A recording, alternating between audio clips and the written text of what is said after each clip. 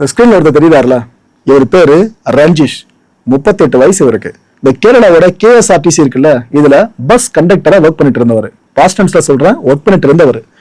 குமிழில் தான் ஒரு கண்டக்டரா இருந்தாருங்க. ஆக்சுவலா அவரோட நேட்டிவ் பாத்தீங்கன்னா கேரளாவோட இடுக்கி இருக்குல்ல, அங்க இருக்க கட்டப்பானா இந்த பகுதி தான் அவரோட நேட்டிவ்.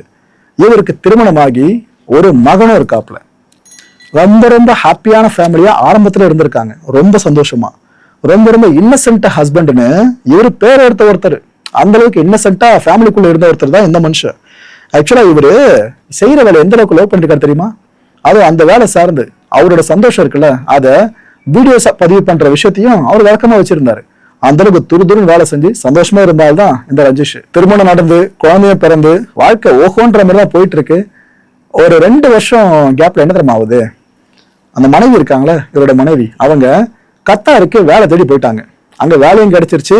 அந்த வேலையில சேர்ந்து அவங்க ஃபுல்லா அங்கேயே சம்பாதிக்கிறது அதுல ஃபோக்கஸ் பண்ணிட்டு இருந்தாங்க. அந்த கேப்ல ரஞ்சிஷ் இருக்கார்ல, அவரு தன்னோட ஆசை மகனை கேரளால வச்சு வளர்த்துக்கிட்டு இருந்தாருங்க. அவரு தான் ஃபுல்லா அம்மாவும் அப்பாவுமா இருந்து அந்த பையனை வளர்த்திருக்காரு.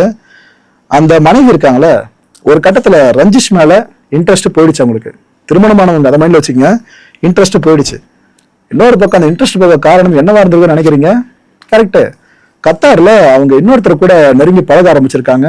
இன்னொரு தகவல் வெளியே வருது, அவங்க அங்கேயே மேரேஜும் பண்ணிக்கிட்டாங்கன்ற மாதிரிலாம் தகவல் வெளியே வந்துகிட்டு இருக்கு.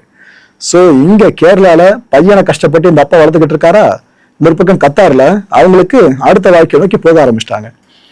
இப்படி போனவங்க ஒரேடியா போயிருந்தா இப்ப இந்த உயிர் போயிருக்காதுங்க, ரஞ்சிஷோட உயிர். இந்த மனைவி என்ன பண்ணிட்டாங்க, ஒரு 6 வருஷம் கழிச்சு திரும்ப கேரளாக்கு வந்துட்டாங்க. வந்தவங்க என் பையனை என்கிட்டயே ஒப்படைச்சிருங்க அப்படின்ட்டு ரஞ்சிஷ் கிட்ட கேட்டிருக்காங்க. எப்படி இருக்க யோசிச்சு பாருங்க. இவ்வளவு வருஷம் அந்த பையனை விட கஷ்டப்பட்டு வளர்த்திருக்காரு. அந்த பையன் தான் உலகம் வாழ்ந்துகிட்டு இருக்காரு. திடீர்னு அந்த பையனை கேட்டா இவருக்கு மனசு உடஞ்சிடும்ல.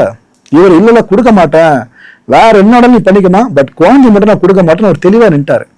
இந்தமா ஒரு கருத்துல என்ன தெரியுமா பண்ணிட்டாங்க, சரி நான் கோர்ட்டுக்கு போறேன், சட்ட போராட்டம் நடத்த போறேன்னு கோர்ட்டுக்கு போயிட்டாங்க. கோர்ட்டுக்கு போயிட்டு இவங்க கேஸை கொடுத்தாங்களா, இந்த கஸ்டடி வேணும்னு சொல்லி அடம் பிடிச்சாங்களா, என் பையன் எனக்கு வேணும் அப்படின்ட்டு. இதுக்கு கோர்ட்ல என்ன தீர்ப்பு கொடுப்பாங்கன்னு நினைச்சிட்டு இருக்கீங்க? நீங்க நினைக்கிறதா எக்ஸாக்டா, ஏன்னா அம்மா பாசமாச்சு, மேக்சிமம் சட்டம் அந்த பக்கம் கொஞ்சம் நகருவாங்கல்ல.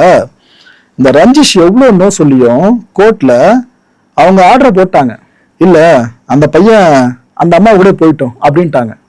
இந்த கட்டப்பனா ஃபேமிலி கோர்ட் இருக்குல்ல, அங்கதான் இந்த தீர்ப்பு வழங்கப்பட்டிருக்குங்க. அந்த குழந்தை அம்மா கூட போயிட்டோம், கத்தாரியே போயிட்டோம், அம்மா கூட தான் குழந்தைக்கு சேஃப்ன்ற மாதிரி சொல்லிட்டாங்க.